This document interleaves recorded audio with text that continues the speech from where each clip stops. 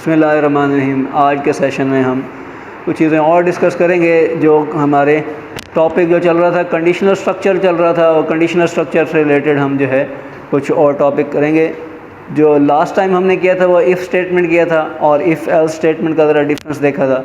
आज के दिन में जो है हम देखेंगे इफ़ एल्स इफ़ और नेस्टेड इफ़ स्टेटमेंट। ये हमारा टॉपिक का तसलसल है। कंडीशनल स्ट्रक्चर के अंदर हमारे पास सबसे पहले इफ़ स्टेटमेंट है, फिर इफ़ एल्स स्टेटमेंट है, फिर इफ़ एल्स इफ़ स्टेटमेंट है और फिर नेस्टेड इफ़ स्टेटमेंट है। ये इस अंदाज से दी हुई है। अब इसकी ड्रॉबैक क्या हैं, कहाँ कहाँ इसकी इम्प्लीमेंटेशन है, वो हमने लास्ट लेक्चर में काफ़ी हद तक डिस्कस कर लिया। ठीक है, और इसको अब आज जो डिस्कस करने हैं वो है इफ़ एल्स इफ़ और इन नेस्टेड इफ़।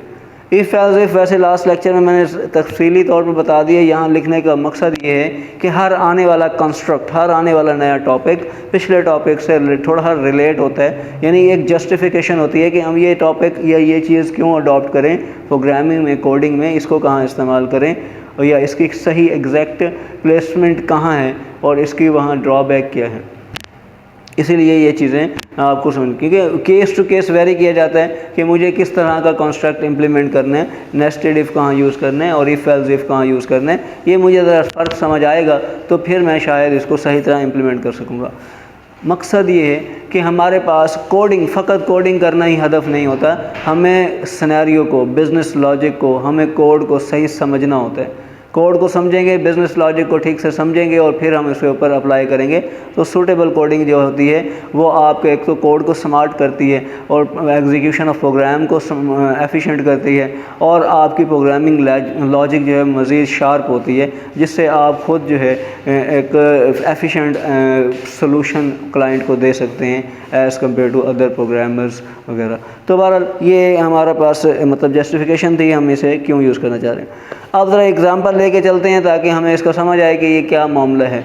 एग्ज़ाम्पल हम दो ही डोमेन से ले रहे हैं और ये तसलसल हमारा चल रहा है। एग्ज़ाम्पल हमारी एक एजुकेशन डोमेन की चल रही है और एग्ज़ाम्पल हमारी एक बिज़नेस डोमेन की चल रही है। तो लास्ट टाइम मैंने जिक्र किया था, उसी को मैं मेंशन कर देता हूँ। Business domain if else if use कहाँ होता है? सबसे पहले जहाँ मल्टीपल कंडीशंस हों और किसी एक कंडीशन को आपने एग्जीक्यूट कराना हो तो वहाँ इफ़ एल्स इफ़ का इस्तेमाल किया जाता है। मल्टीपल कंडीशन से क्या मुराद, जैसा कि मैंने लास्ट टाइम कहा था कि स्टूडेंट्स के जो ग्रेड हैं वो मल्टीपल कंडीशन के बिहाफ पे असाइंड होते हैं।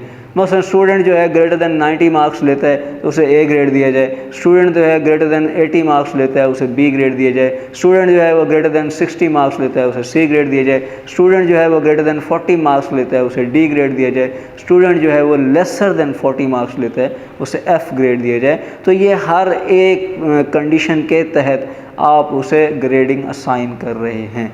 ये तो थी एजुकेशन सेक्टर की एग्जांपल। इसी तरह एग्जांपल मैंने कहा जी बिज़नेस सेक्टर की हो सकती है। बिज़नेस सेक्टर की क्या हो सकती है जी, कस्टमर जो है अगर आपको का बिल बनता है, जो उसका बिल बनता है वो 10,000 का बनता है तो उसे 10% डिस्काउंट दिया जाए। अगर उसका बिल 5,000 का बनता है उसे 5% डिस्काउंट दिया जाए। अगर उसका 2,000 का बिल बनता है तो उसे कोई डिस्काउंट ना दिया जाए। तो जैसे जैसे अमाउंट ऑफ सेल जो है, मतलब बिल जो है, बिल की अमाउंट बढ़ती जाएगी, वो उसी तरह कारोबारी हजरात भी अपने कस्टमर को इनकरेज करने के लिए उसे डिस्काउंट रेशो भी बढ़ाते चले जाएंगे। तो ये भी मल्टीपल कंडीशन के तहत चल रहा है। किस कंडीशन में आपका बिल क्वालिफाई होता है, बिल्कुल इसी तरह किस कंडीशन में आपके मार्क्स आते हैं। मेरे मार्क्स 92 हैं तो मैं ए ग्रेड की कंडीशन में आता हूँ, मेरे पास 82 हैं तो मैं बी ग्रेड की, इसी तरह ऑनवर्ड मैं करता हूँ। तो ये सिलसिला हमने किया था कल की एग्जाम्पल में, लास्ट लेक्चर में इसको समझाया भी था। आप डिटेल से कल वाले सेक्शन को समझिएगा। इधर देने का मकसद ये था कि एक नया टॉपिक जो नेस्टेड इफ़ था इसको ज़रा समझना था कि नेस्टेड इफ़ और इसमें फ़र्क क्या है। ये देखिएगा यहाँ लिखा हुआ है इफ़ कंडीशन और स्टेटमेंट, कि जब हमारी ये कंडीशन जो है ये ट्रू होगी तो हम इस सेक्शन में आ जाएंगे। ये कंडीशन ट्रू होने पर है, इसका फ्लो चार्ट भी बना दिया हुआ है कि कंडीशन ट्रू होने पर हम इस सेक्शन में आ जाते हैं। ठीक है, अच्छा, जब हमारी कंडीशन फॉल्स होती है तो हम एक और कंडीशन चेक करते हैं। ये देखें, जब हमारी कंडीशन फॉल्स होती है तो हम एक और कंडीशन की तरफ बढ़ते हैं। तो ये हमारे फॉल्स कंडीशन के नतीजे में अब हम इस सेक्शन में मौजूद हैं। तो अगर ये कंडीशन ट्रू होती है तो हम इस सेक्शन में आ जाते हैं, यानी ये स्टेटमेंट एग्जीक्यूट करते हैं। जैसा कि ये कंडीशन ट्रू है तो हम ये स्टेटमेंट एग्जीक्यूट। अगर ये कंडीशन फॉल्स होती है तो हम इसी तरह इधर आ जाएंगे, इस सेक्शन में एक और कंडीशन को चेज़ करेंगे। ये कंडीशन हमारी आ जाएगी जब हमारे पास कंडीशन ये वाली ऊपर वाली कंडीशन फॉल्स होती है। यहाँ पर मौजूद हैं। अगर ये कंडीशन हमारे पास ट्रू है, ठीक है, तो हम इस सेक्शन में आ जाएंगे, ये ट्रू पार्ट हमारा एग्जीक्यूट होगा। और यहाँ पर अगर कंडीशन फॉल्स है तो हम इस सेक्शन में आ जाएंगे, ये कंडीशन फॉल्स की सूरत हाल में ये वाला ब्लॉक एग्जीक्यूट होगा। तो ये एक सीक्वेंस है। इसी तरह कोड का सीक्वेंस होगा। ये आपको डाटा फ्लो डायग्राम बना दी कि इस एग्जीक्यूशन का सीक्वेंस भी यही होगा। कोड के सीक्वेंस और एग्जीक्यूशन के सीक्वेंस से आपको आइडिया हो जाना चाहिए कि इफ़ एज इफ़ जो है वो इंडिपेंडेंट है, किसी की कंडीशन पे डिपेंड नहीं कर रही है। अगर कंडीशन ट्रू होती है तो उसका स्टेटमेंट एग्जीक्यूट हो जाता है, और अगर नहीं होती है तो वो एक और कंडीशन की तरफ मूव कर जाता है। फिर वहाँ जाकर के कंडीशन चेक होती है, अगर स्टेटमेंट ट्रू है तो फिर ये वाला सेक्शन वगरना एक और कंडीशन। वक्तन फ़वक्तन जो है हमारे पास कंडीशंस आती रहती हैं। ये कंडीशन इंडिपेंडेंट हैं, ये एक दूसरे पर डिपेंड नहीं कर रही होती हैं। ये एक सिनेरियो इसका दिया हुआ था। इसके बरक्स अगर हम नेस्टेड इफ़ की बात करें तो नेस्टेड इफ़ का मामला थोड़ा सा डिफरेंट है इफ़ एज इफ़ से। किस तरह से डिफरेंस है, ज़रा इसको देख लेते हैं। इसका मामला ये डिफरेंस है कि हम ये देखें, पहले हमारे पास कंडीशन है, कंडीशन ये मैंने कहा ये दी हुई है हमारे पास। अगर कंडीशन होती है ट्रू तो हम इसके अंदर जाते हैं। ये हमारा पूरा इनर पार्ट है, इसे कहते हैं इनर इफ़। ये हमारा इनर इफ़ पार्ट है, ठीक है। तो यानी ये वो पूरा सेक्शन है जो हमारा, ये पूरा सेक्शन इनर इफ़ सेक्शन कहलाता है। तो हम इस सेक्शन में आ जाएंगे। कब आएंगे? जब ये हमारी कंडीशन क्या होगी, ट्रू होगी। जब हमारी कंडीशन ट्रू होगी हम इस सेक्शन में आ जाएंगे। इधर आते हैं तो इधर एक और कंडीशन चेज कर रहे हैं, ये देख रहे हैं इधर एक और कंडीशन है। इस कंडीशन के ट्रू होने पर हम कहाँ आ जाएंगे, इस स्टेटमेंट में आ जाएंगे। ये देखें, इस कंडीशन के ट्रू होने पर हम कहाँ आ रहे हैं, इस सेक्शन में आ रहे हैं, जब ये कंडीशन हमारी ट्रू होगी। अच्छा, जब ये कंडीशन हमारी क्या होगी, फॉल्स, ये वाली कंडीशन हमारी फॉल्स होगी, तो ये देखें ये एफ पोर्शन है, इस कंडीशन के फॉल्स होने के नतीजे में हम इधर आ जाएंगे। तो ये हमारा फॉल्स पर वर्किंग करेगा, तो ये वाला सेक्शन एग्जीक्यूट होगा, ये स्टेटमेंट एग्जीक्यूट होगा। अच्छा, अब ओवरऑल ये देखें, ये कंडीशन अगर ट्रू नहीं होती है तो ये देखें इसका ब्लॉक ये मुकम्मल हो रहा है इस तरह से, यानी ये इसका आउटर पार्ट है, इसका क्या है, आउटर इफ है। ये इनर इफ है और ये आउटर इफ है, यानी इसका जो एल्स पार्ट है, ये देखें ये इसका एल्स पार्ट है। अगर ये कंडीशन ट्रू होती है तो हम इसके पूरे सेक्शन में आ जाते हैं, अगर इसकी कंडीशन फॉल्स होती है तो हम इस सेक्शन में आ जाते हैं। ये इसका इफ पार्ट है, ये जो बात समझ आ गई है। तो ये था सिंटैक्टिकल डिफरेंस और फ्लो चार्ट का डिफरेंस जो हमने सीखा, समझा और उसको अप्लाई करने की कोशिश की। अब एक एग्जांपल ले लेते हैं ताकि एक एग्जांपल से हमें समझ आए कि ये इसकी इम्प्लीमेंटेशन कहाँ है, किस फील्ड में इसको अप्लाई किया सर, यानी ये किस केसेस पे चल सकता है।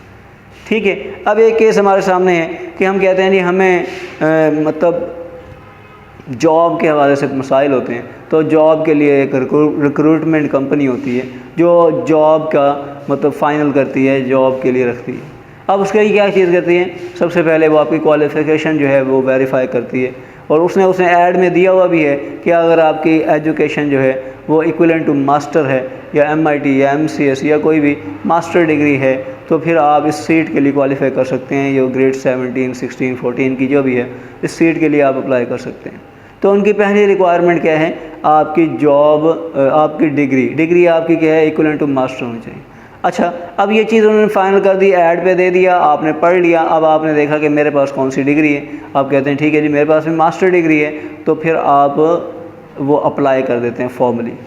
अगले स्टेप में क्या होता है, वो आपसे कहते हैं जी आपका ये NTS का टेस्ट होगा, ऑनलाइन टेस्ट हो या कैंपस जा कर के हो, बहरहाल आपका टेस्ट होगा। अच्छा, अब टेस्ट में भी आपने 50% मार्क्स लेने हैं, कम से कम आपने 50% मार्क्स लेने हैं, तो फिर आपको इंटरव्यू दिया जाएगा। अब ये पहली कंडीशन पे डिपेंड कर रही है, जो टेस्ट है आपका कैसे भला, पहली कंडीशन पे क्या डिपेंड कर रही है, देखें पहले आपकी मास्टर हुई होनी चाहिए ताकि आपको इंट्री टेस्ट में एडमिशन कराया जाए। ठीक है, अब इंट्री टेस्ट में एडमिशन हो जाएगा तो आपके ग्रेटर देन 50 मार्क्स होंगे, देन आपको इंटरव्यू में बिठाया जाएगा। तो पहली कंडीशन की जो है डिटर्मिनेंट है किसकी भला, दूसरी कंडीशन की, और दूसरी कंडीशन डिटर्मिनेंट है किसकी, तीसरी कंडीशन। यानी तीसरी कंडीशन डिपेंड कर रही है किस पे, पहली कंडीशन पे, दूसरी कंडीशन डिपेंड कर रही है पहली कंडीशन पे। अब इसको ज़रा अच्छी तरह करते हैं, प्रैक्टिकल करते हैं, ज़रा हमें समझ आए कि ये चीज़ें प्रैक्टिकली कैसे परफॉर्म होती हैं। आए ज़रा देखते हैं। पहली कंडीशन हमारी क्या है जी, तो पहली कंडीशन हमारे पास मौजूद है, वो हमारे पास पहली कंडीशन है कि आपकी degree greater than equals to master. Degree कितनी होनी चाहिए? Greater than equal to master होनी चाहिए, ये पहली कंडीशन दी हुई।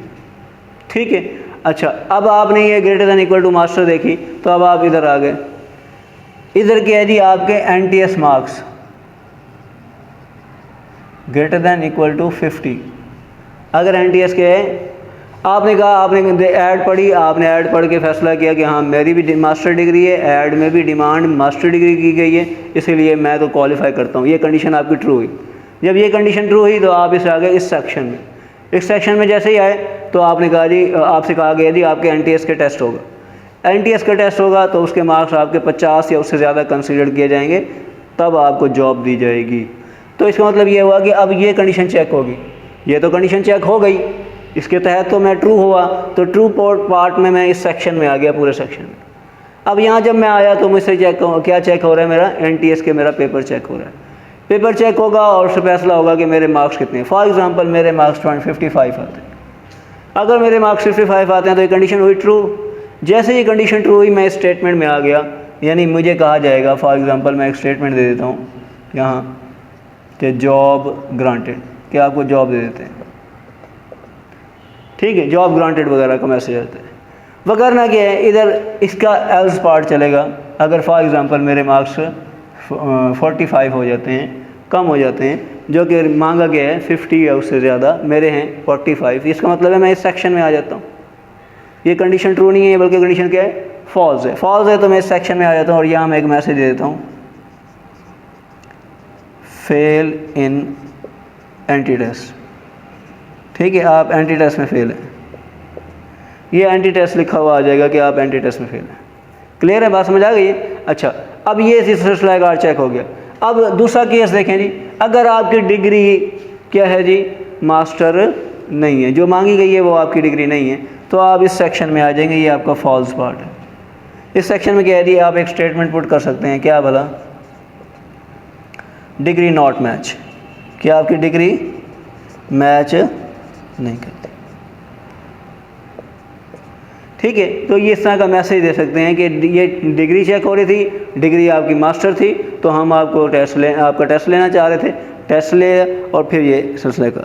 अब आपने देखा कि ये डिपेंडेंसी का किस तरह सिस्टम है। ये देखें, आपका एंटी टेस्ट डिपेंड कर रहा है आपकी डिग्री पर।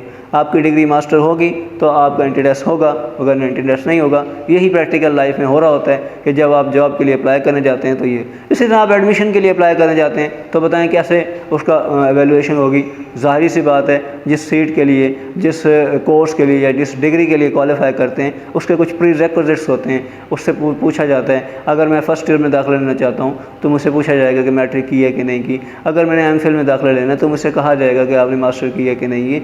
तो ये मास्टर का पूछना, मैट्रिक का पूछना, ये प्रीरेक्विजिट्स का होना, ये डिपेंडेंसी है। पहले मुझे वो कंडीशन ट्रू होनी चाहिए, पहले मेरा मैट्रिक हुआ होना चाहिए, देन मैं इधर आऊँगा। फिर अगर वो कॉलेज में एडमिशन के लिए मुझे कोई टेस्ट देना है तो वो मुझे टेस्ट के लिए बिठाएंगे, अगर ना वो मुझे टेस्ट के लिए नहीं बिठाएंगे तो ये ऐसे केसेस होते हैं जो मुझे समझने होते हैं at the time of software development. और फिर उसके तहत ये फ़ैसला करना होता है कि यहाँ किस किस्म का कंस्ट्रक्ट काम करेगा। यहाँ इस केस में एक फ़ैसला करने का ये है कि ये जो है मेरे पास नेस्टेड इफ़ का कंस्ट्रक्ट काम करेगा। लेकिन इसके बरक्स अगर आप देखें, इफ़ एल्स इफ़ जो है, इसमें मैंने मार्क्स की बात की कि अगर आप मार्क्स 90 से या उससे ज़्यादा हैं तो आपको ए ग्रेड दिया जाए, 80 से उससे ज़्यादा हैं तो बी ग्रेड दिया जाए। यानी ग्रेड का आपके दूसरे ग्रेड के साथ कोई वो नहीं है, डिपेंडेंसी नहीं है, वो इंडिविजुअल एक सीन है। जैसे कल मैंने जिक्र किया था कि अगर आपकी बिल की अमाउंट 10,000 से बढ़ जाती है तो आपको 10% डिस्काउंट दिया जाए, और उसे 5,000 की है तो 5% डिस्काउंट दिया जाए। तो ये मैंने इस अंदाज से मल्टीपल केसेस को भी डिस्कस किया, और लास्ट लेक्चर को अच्छी तरह दोबारा से देखेंगे तो आपको ये चीज़ समझ आ जाएगी। तो आज के दिन में हमने क्या किया, हमने नेस्टेड इफ स्टेटमेंट को अच्छी तरह समझने की कोशिश की है और उसमें से एक एग्जांपल पुट की है ताकि हमें ये डिपेंडेंसी और इंडिपेंडेंट वाला सिलसिलाकार समझ आए और ये भी पता चल जाए कि ये किस किस केसेस में ये एप्लीकेबल हैं और कहाँ कहाँ एप्लीकेबल हैं। इसको प्रैक्टिस कीजिएगा और फीडबैक दीजिएगा, इंशाल्लाह आपको ये चीज़ समझ आ जाएगी।